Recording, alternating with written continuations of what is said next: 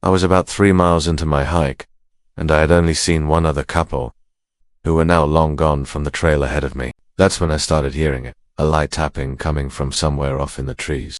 Now, I've been hiking for years, and I'm no stranger to the woods, so I know there are hundreds of different noises out there that could be anything from a bird to a squirrel to maybe a small animal like a raccoon or an So most times I just ignore them because they're really probably not gonna pay any attention to me, and I can continue on my hike without any problems. But this sound was different. It was very light and very rhythmic, and it seemed to be coming closer.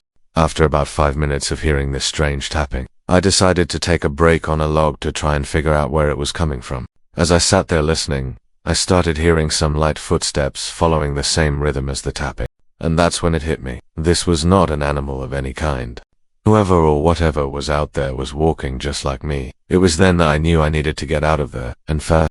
I stood up quickly and started hiking faster, trying to put more distance between myself and the footsteps and the tapping. I didn't want to run because then it would definitely know that I was afraid and it might come after me. So I just tried to look natural. But after only a few minutes of doing this, I felt something behind me brush against my jacket. At first I thought it must have been a leaf or maybe a twig, but then it happened again. Whatever was behind me was now almost touching me. I could feel its hot breath on my neck, and I could hear its footsteps right behind me. I couldn't take it anymore. I started to run, but it was too late. Whatever was behind me was faster than me, and it caught up and knocked me down. Now, all of this may sound crazy, but I'm telling the truth. And if you don't believe me, ask yourself this. Would someone really take the time to plan something like this out? Would someone really go through all the effort to make something so elaborate and perfect just to fool you? The answer is no, and that's why I know what I saw was real. What I saw was a person dressed all in black, a tall, skinny man with a very pale face, and dark circles under his eyes, like he hadn't slept in days. He looked at me and smiled, revealing teeth that were far from human, and then he opened his mouth wide and let out a scream that sounded like nails on a chalkboard. But before I could do anything, he lunged at me and grabbed my ankle. Then, everything went black. When I woke up, I was lying on the ground with my ankle twisted at an unnatural angle. I tried to scream, but no sound came out of my throat. I struggled to get away, but it was no use. He held on to me with a strength that I couldn't understand, and then he did something that made my blood run cold. He took his finger and slowly traced lines down my face. I remember growing up and hearing stories from my grandmother about how she used to see mysterious figures in the forest near our house. She always told me to stay away from those woods, but of course, as a curious kid, I never listened, and now I was paying the price. It wasn't until he started speaking that I realized just how bad my situation was. His voice was raspy and low, like gravel grinding together, and when he spoke, his words were barely audible. "You shouldn't be here," he whispered, his breath hot on my skin. "This is my forest. You are Before I could respond, he continued, "I've been waiting for someone to come into my forest for a very long time. And when I saw you, I knew you were the one. You are the sacrifice." As he spoke, I felt a strange sense of dread wash over me. I couldn't help but feel like I had somehow been chosen for something much bigger than myself. His words echoed in my mind, pounding like a drum against my skull. "The sacrifice," I whispered back, my voice hoarse from fear. "What do you want from me?" He leaned closer, his face inches from mine, and I saw the darkness in his eyes. "You are the sacrifice," he repeated, his voice echoing in my mind. "And now I will take what is mine." That's when I knew I was in grave danger. I had stumbled upon something ancient and evil, something that had been waiting for me in the forest. But why? What did this creature want from me? And what was he planning to do with me? My mind raced with questions, but there were no answers. All I knew was that I had to escape.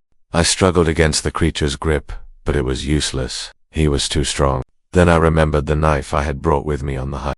In a moment of inspiration, I wiggled my toes and managed to bring the knife within reach.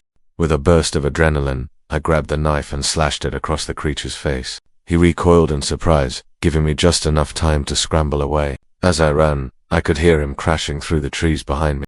I didn't dare look back to see if he was gaining on me. I just kept running, my heart pounding in my chest, my lungs burning with the effort. But then, something strange happened. The sounds of his pursuit grew fainter and fainter until they were nothing but a distant echo. I didn't stop running though. I kept going until I reached the edge of the forest. When I finally emerged from the trees, I was greeted by the sight of the road. Relief washed over me and I collapsed onto the side of the road, my body shaking with exhaustion and fear. I sat there for what felt like hours, just staring at the road, waiting for someone to come and rescue me. And then, as if in answer to my silent plea, a car came speeding down the road. I flagged it down, and the driver, a young woman with kind eyes, pulled over and asked if I was okay. I nodded, too afraid to speak, and she helped me get into the car. As we drove away from the forest, I couldn't help but glance back. I knew I had escaped, but I couldn't shake the feeling that I was being watched. And as we reached the edge of the woods, I saw it. Standing at the edge of the trees, silhouetted against the setting sun, was the creature. He was tall and thin, his face pale and his eyes dark and bottomless. He was staring at me, and I knew that he wasn't giving up the hunt. From that day on, I knew that I would never be the same. The encounter had left me shaken to my core, and I couldn't shake the feeling that I was being watched. Even now, as I sit here trying to piece together what happened to me, I can't help but feel that there are things that we simply don't understand. Things that lie just beyond our perception, waiting for us to stumble upon them. I still hike from time to time, but I never go alone. And I always make sure that I have a weapon with me, just in case. Because in the back of my mind, I know that the creature is still out there, stalking the forest, waiting for its next victim. And I know that if I ever find myself alone in the woods again, I may not be so lucky as to escape its grasp. If you enjoyed this video, check out another one. Thanks for watching. For friends go camping and their entire campsite vanished overnight. As if that wasn't strange enough, there was a disturbing clue left behind hinting that something very unnatural had happened. Let's jump right into this mystery. The four friends had been planning this trip for months. They all met in college and hadn't seen each other since graduation. They were all going to be in the same city for a conference. So they decided to take a long weekend and go camping in the nearby Beartooth Wilderness.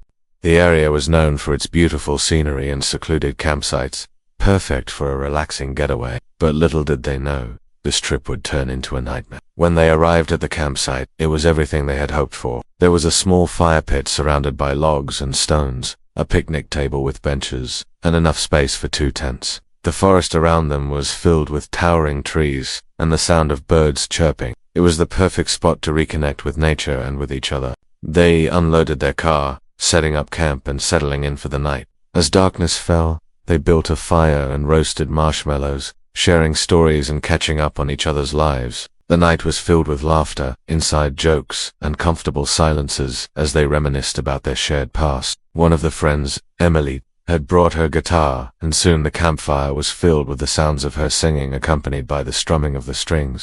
The others joined in with harmonies, creating a chorus of voices that echoed through the trees. It felt good to be back together, sharing moments like these. They talked late into the night, the fire slowly burning down to embers. When it was time to go, they packed up their things, extinguished the fire, and went to their tents, each one lost in their own thoughts about the day. As the morning light filtered through the trees, they woke up to the sound of birds tweeting and the smell of pine in the air.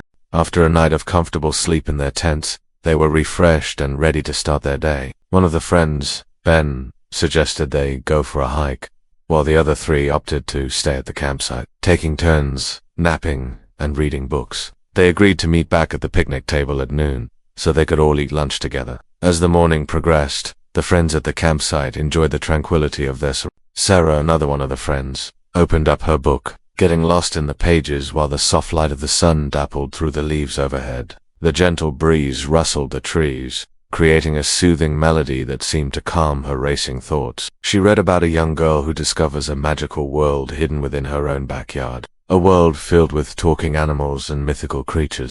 As she turned the page, she could almost feel the textures of these fantastical places, the soft fur of a talking squirrel or the smooth scales of a wise old turtle. The words danced before her eyes, transporting her to realms where anything seemed possible. The peaceful atmosphere was broken only by the occasional chirp of a bird or the rustling of a squirrel scampering up a tree. The quiet hum of nature was a welcome change from the usual city noise, allowing Sarah to fully immerse herself in the story. Time seemed to slow down, each moment filled with the simple pleasure of reading in such a serene environment. Meanwhile, the friends who had gone for a hike returned to the campsite just after noon, eager to share their adventures over a nice meal.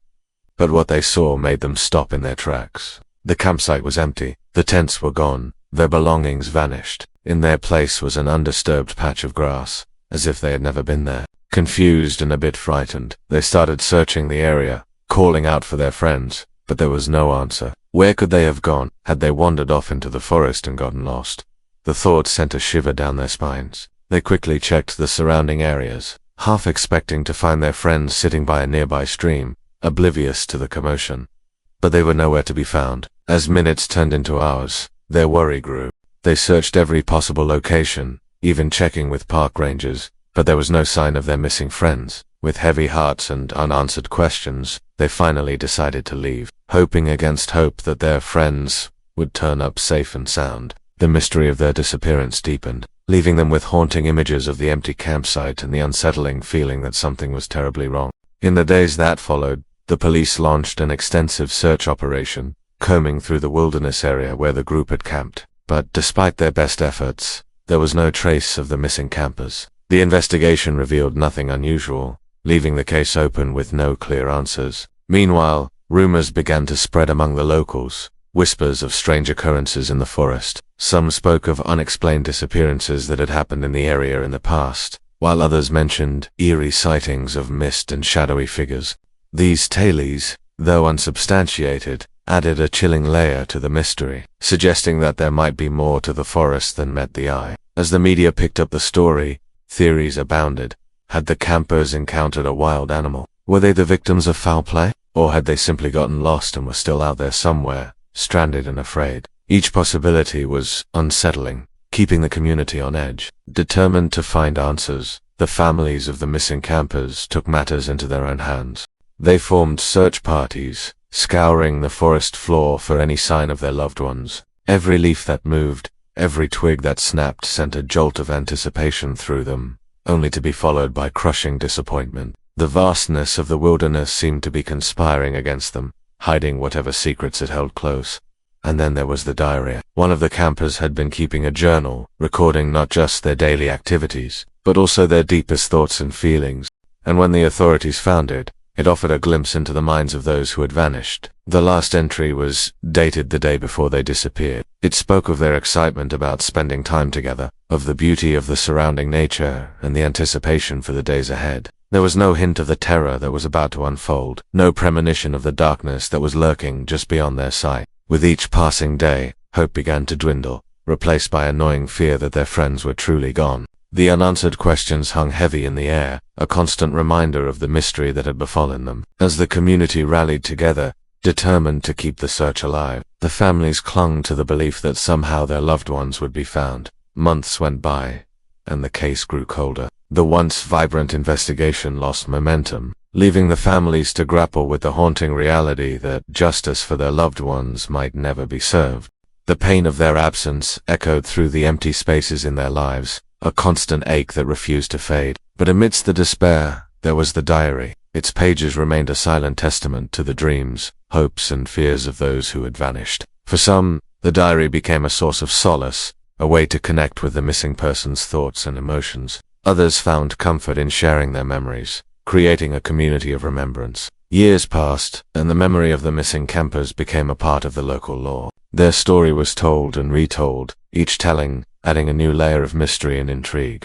The forest they had explored still stood, silent and holding the secrets of what had happened to those who had dared to venture within its depths. And yet, despite the passage of time, the families never gave up hope. They continued to search, to ask questions, and to keep the memory of their loved ones alive. The mystery of their disappearance became a haunting melody that resonated through the years, a testament to the enduring power of love and the relentless pursuit of truth. When you go into the woods, you should always be careful. That's because there are so many things that can go wrong out there. From getting lost to running into bears or mountain lions, your chances of dying increase when you enter the forest. But what about when you see strange things while hiking? That must be just as bad. In today's video, we will look at a hunter who sees a creepy woman in white in the woods and follows her home. Before we get into the video, make sure to smash the like button and subscribe. In this video, we will look at a hunter who sees a very creepy thing in the woods. He was only able to capture it on camera after several attempts. This hunter had been seeing this thing for some time, before he finally managed to capture it on his trail camera. This is the story of the woman in white.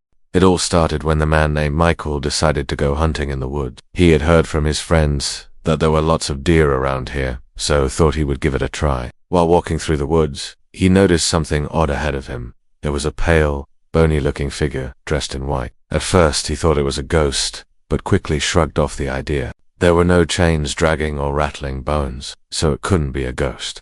So he figured it must be a person. But when he got closer, he realized that the figure was female. She kept walking slowly forward, never looking back. Her white dress flowed behind her like a river. As she walked, she continued to walk into the forest, and after a few minutes she disappeared. Michael was left standing there with his gun, wondering if he was going crazy. What had he just seen? Was it a human or a spirit? He couldn't tell for sure, but he knew one thing: he didn't want to find out.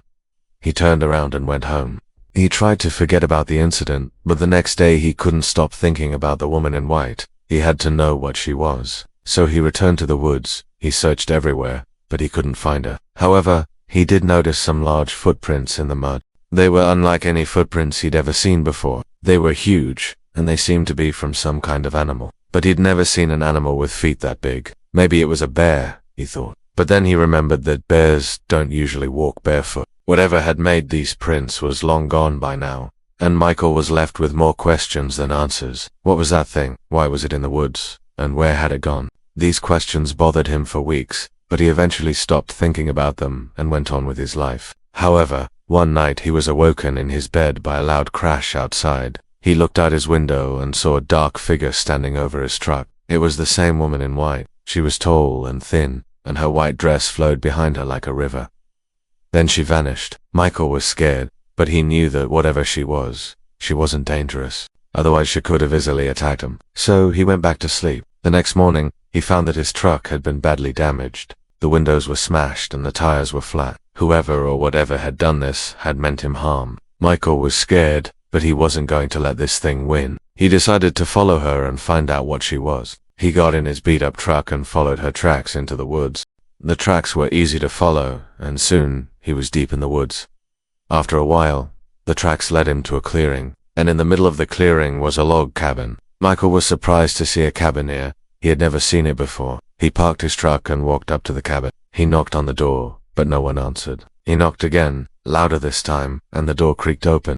Michael stepped inside and saw that the cabin was empty. There was no one here. He looked around the cabin and saw that it was very old and dusty. The furniture was covered in white sheets and the walls were covered in cobwebs. It looked like no one had lived here for years. As Michael was leaving, he noticed a trail of footprints leading away from the cabin. He followed the footprints and they led him to a small creek. He looked around and saw that there was a bridge nearby. He crossed the creek and continued following the footprints. The footprints led him to a clearing, and in the middle of the clearing was a large oak tree. The footprints stopped at the base of the tree, and there was a small hole in the tree. Michael looked in the hole and saw that it was hollow. He reached in and touched something.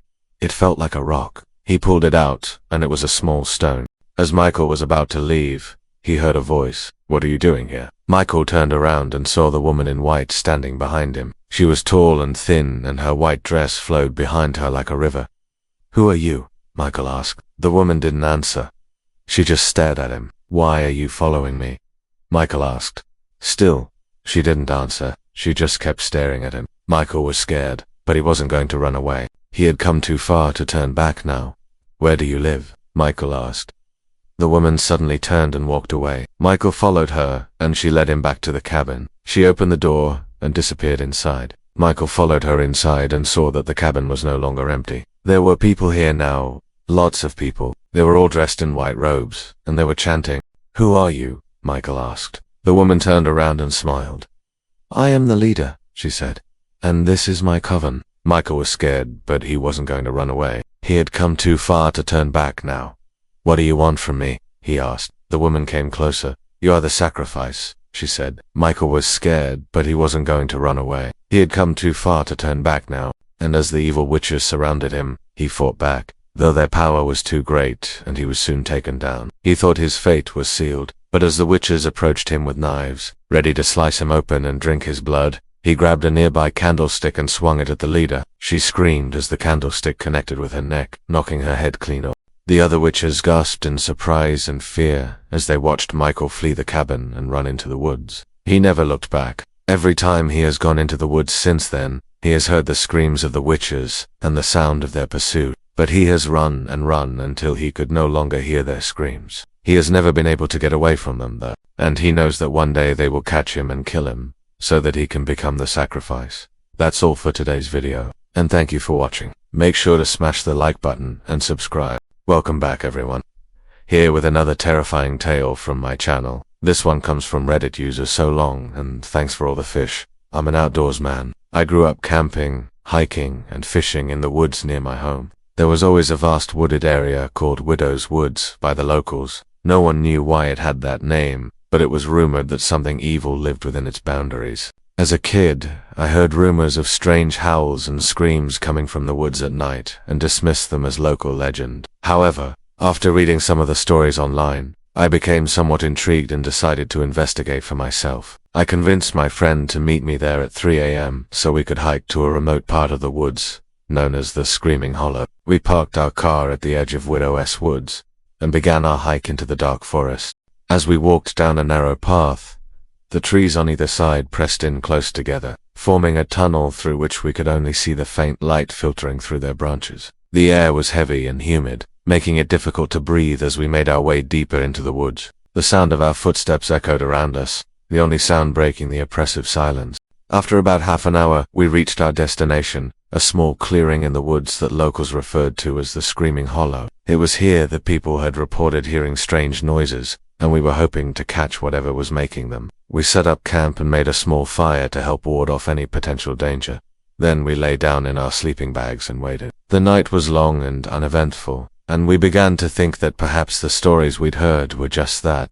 Stories. Just as we were about to give up hope of hearing anything, we started to hear what sounded like blood-curdling screams coming from the trees around us. They were loud and piercing, unlike anything I'd ever heard before. My friend and I looked at each other in disbelief, unsure of what to do. We tried to reason with ourselves that it was probably just an animal, but the sounds we were hearing just didn't seem right. Determined to get to the bottom of this mystery, we grabbed our flashlights and set off into the darkness to try and find the source of the screams. The forest floor was uneven and covered in rocks and roots, making it difficult to navigate in the pitch black. But we pressed on, following the sound of the screams, until we came across something that made our blood run cold. In front of us was a large tree with a hollow in its trunk, and as we stood there listening, we could hear the screams coming from inside it. They were loud and angry, like the sound of someone or something in great distress. We looked at each other again, fear etched on our faces. Whatever was in that tree was clearly not happy about our presence, and we needed to get away. But as we turned to leave, we noticed something strange. The ground around the tree was littered with small pebbles that weren't there before, and as we looked closer, we saw that they were arranged in a circle around the base of the tree. My friend and I exchanged uneasy glances. What we had stumbled upon was clearly something sinister, and we needed to get out of there fast. As we ran through the forest, the screams from the hollow seemed to echo behind us, urging us to hurry. We didn't stop running until we reached our car, our hearts pounding in our chests. We got in the car and slammed the doors shut, not stopping to gather our things or put out our campfire. We just drove away as fast as we could, desperate to escape the feeling of dread that had settled over us. Once we were a safe distance away, we finally allowed ourselves to relax. My friend and I looked at each other, our faces pale and drawn. What we had experienced in the Screaming Hollow would stay with us forever. When he got home, the OP decided to look into the history of the area where he camped and discovered a very dark past. He writes, I researched the area and found out that it used to be a burial ground for Native Americans who died during a battle with the colonial militia in the 1700s. I also found out that there was a witch accused of using dark magic to curse the land so that the spirits of the dead would never rest. Could this be the reason behind the strange occurrences in the woods? Perhaps the witch's curse is to blame for the unsettling sounds and the creepy atmosphere, or maybe there's something else lurking in the shadows. I don't know if it's supposed to be relevant, but this is the spot where my great-great-grandfather fought in the battle. I suppose that might explain why I kept having visions while I was there. So I guess that's where the story ends, right? A cursed burial ground.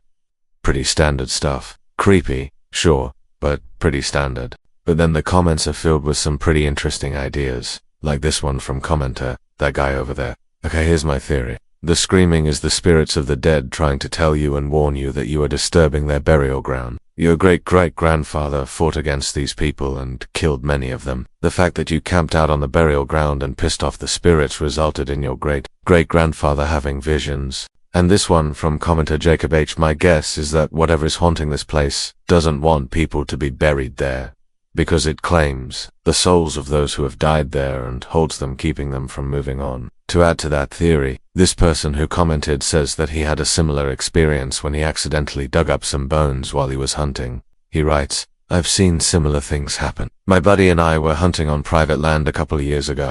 I was digging a stand in the ground and hit something hard, like rock hard. I thought it was a big rock, but it turned out to be a femur. I quickly filled it back in and we got the hell out of there. That night he dreamed of a man in a loincloth chasing him through the woods and screaming bloody murder. Alright, I am gone. Nah, jump in here real quick and let you know that we're re-gone now. Take a short break from the screams in the woods, because alright, now back to the screams in the woods. This next comment is a really interesting take. This person says that he thinks the scream may have been the omens that OP's great-grandfather received before he went to war. And this comment is intriguing, because it gives a much more supernatural spin to the story. The idea that the screams in the woods were actually prophetic, and that Opus's ancestor had visions as a result, is a really interesting twist. It makes you wonder if there is something more to this story than just a cursed burial ground or malevolent spirits. This final comment is one of the most popular on the thread, and it comes from commenter Morpheus Rex. You don't need to believe in ghosts or curses to find this story scary. Imagine being so deep in the woods that even if your flashlight died or the batteries died in your headlamp, you wouldn't be able to find your way out. Even with a full moon, you can get hopelessly lost in the woods. Throw in some extremely creepy screaming, and I would turn tail and run like I was Usain Bolt. Okay, that's all for me today, folks. Hope you enjoyed this episode of the Screams from the Hollow. If you did, don't forget to follow to be notified every time I upload. Also, please subscribe to my podcast, the No Sleep Podcast. New episodes come out every Wednesday, and I'd love for you to subscribe. That's it for me. Take care. Have you ever experienced a glitch in the Matrix? If so, we'd love to hear about it. Hello everyone. Welcome to our channel where we share with you the most incredible and mysterious stories from all over the world. We believe that the world is full of magic and wonder, and we're here to help you discover it. Today's story is a terrifying tale of a man who vanished from a forest for 2 days. In the summer of 2007, Gerald endured one of the scariest incidents he's ever had in his life. He was backpacking through an isolated area in Idaho and suddenly he blacked out for several hours. When he regained consciousness, he found himself 2 days ahead on the trail. And what's even more shocking is that nobody seemed to notice his absence. So how did he manage to travel such a long distance in such a short amount of time? What happened to him in those missing hours? And how can he disappear without anyone noticing? This case remains unsolved, leaving us with more questions than answers. But there may be more to the story than meets the eye. Some people believe that Gerald may have stumbled upon something he was unsupposed to see, and that this caused him to be taken away by the authorities. Others think that he may have been the victim of a satanic ritual gone wrong. There are even some who believe that he may have been abducted by aliens. As a child growing up in the small town of Sandpoint, Idaho, Gerald had always been fascinated by the dense forest that surrounded his home. It was a place where he could explore and discover new things, and it became his sanctuary from the outside world. As an adult, he continued to explore the woods, and he eventually began backpacking overnight trips into the wilderness. One day in June 2007, Gerald decided to go on a solo backpacking trip in the Selkirk Wilderness area near his home. He packed his bag, said goodbye to his family, and headed into the forest. The hike was supposed to take 3 days, and Gerald was looking forward to the solitude and the beauty of the great outdoors. On the first day of his hike, Gerald hiked for several miles and set up camp in a secluded area. He made a fire, cooked some food, and went to sleep. In the morning, he woke up feeling refreshed and ready to start the next leg of his journey. It was on the second day of his hike that something strange and terrifying happened. Gerald was hiking along a trail when he suddenly blacked out and lost several hours of time. When he came to, he found himself 2 days ahead on the trail, but he couldn't remember anything about how he got there. He had no recollection of the previous night, or the events that led up to him waking up in the middle of the forest. To make matters worse, Gerald soon realized that he was not alone. Someone or something was following him through the forest. He could feel their presence every step he took, and he could hear their footsteps following closely behind him. At first, he tried to rationalize what he was feeling. Perhaps he was just tired and his mind was playing tricks on him, or maybe he was being stalked by an animal. But as the hours passed and the feeling of being followed persisted, he knew that there was something out there in the forest that he couldn't see. Despite his fear, Gerald continued to walk. He didn't want to stay in the forest any longer than he had to, but he also didn't know which direction to go in to find his way back to civilization.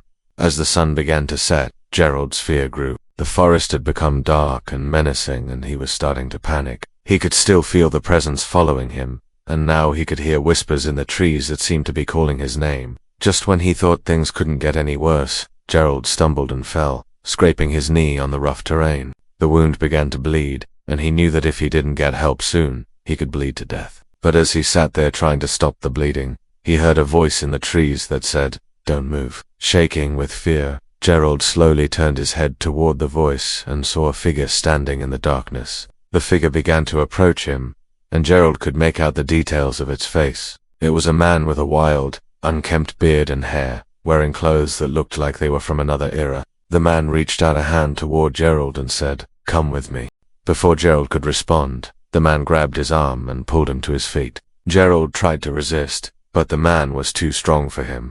He dragged Gerald through the forest, and soon they came across a clearing. In the center of the clearing was a campfire, and around the fire were several other figures who looked just like the man who had captured Gerald. They were all chanting in a language that Gerald didn't understand, and the air was filled with a strange, pungent smell that he couldn't identify. Gerald tried to scream, but his voice wouldn't come out. The man holding him dragged him closer to the fire, and one of the other figures reached out and placed a hand on his shoulder. Gerald felt a surge of energy run through his body, and he collapsed to his knees. The next thing Gerald remembered was waking up on the ground with a severe headache and a strange ringing in his ears. When he looked around, he saw that he was still in the forest, but the trees around him looked different. And as he tried to stand up, he realized that he was 2 days ahead on the trail. He couldn't remember anything about the previous night or the events that led up to him waking up in the middle of the forest. And to make matters worse, Gerald soon realized that he was not alone. Someone or something was following him through the forest. He could feel their presence every step he took, and he could hear their footsteps following closely behind him. Struggling to make sense of what had happened to him, Gerald continued to walk, hoping to find someone who could help him. But as the hours passed, he began to feel weaker and weaker. He could feel the presence following him growing stronger, and he could hear whispers in the trees that seemed to be taunting him. Finally, Gerald stumbled out of the forest and onto a road. He flagged down a passing car and explained what had happened to him. The driver, a young woman with kind eyes and a warm smile, took him back to the spot where he had started his hike and helped him contact his family. When Gerald's family arrived to meet him, they were overjoyed to see him safe and sound, but they were also very concerned about the strange story he had told them. They searched the area where he had been hiking, but they couldn't find any evidence of what he had seen or experienced, and they couldn't understand how he had managed to travel 2 days ahead on the trail without anyone noticing. In the days that followed, Gerald tried to put the incident behind him, but he couldn't shake the feeling that something was watching him. He would hear footsteps behind him when he was sure he was alone, and he would see shadows moving in the trees. When he looked up, he would see a pair of eyes staring at him from the darkness. It was then that Gerald realized that he had experienced more than just a strange glitch in the forest. He had stumbled upon something that he wasn't supposed to see, something that had been hidden in the woods for years. But what was it? Was it just a man who lived in the woods dressed in strange clothes? Was it a member of a secret society that used the forest for rituals? Or was it something more sinister? To this day, Gerald doesn't know the answer, but his story raises some important questions about the nature of reality and the limits of human perception. Is there anything else out there that we can't see or understand? Are there things that happen in the world that we just don't know about? And what happens when we encounter something that we're not supposed to see? Gerald's story is a reminder that there are still many things in this world that we don't understand, and that sometimes the things that we see and experience can be more than just a glitch in the matrix. It can be a glimpse into another world, a world that exists just beyond our perception, waiting to be discovered. Thank you for listening to this terrifying tale of a man who vanished from a forest for 2 days. We hope you enjoyed the story, and we encourage you to leave your thoughts and opinions in the comments below. If you'd like to hear more stories like this, please subscribe and turn on notifications so you never miss an upload. We'd also appreciate it if you could hit the like button to help our channel grow. Thank you for watching, and we'll see you in the next video.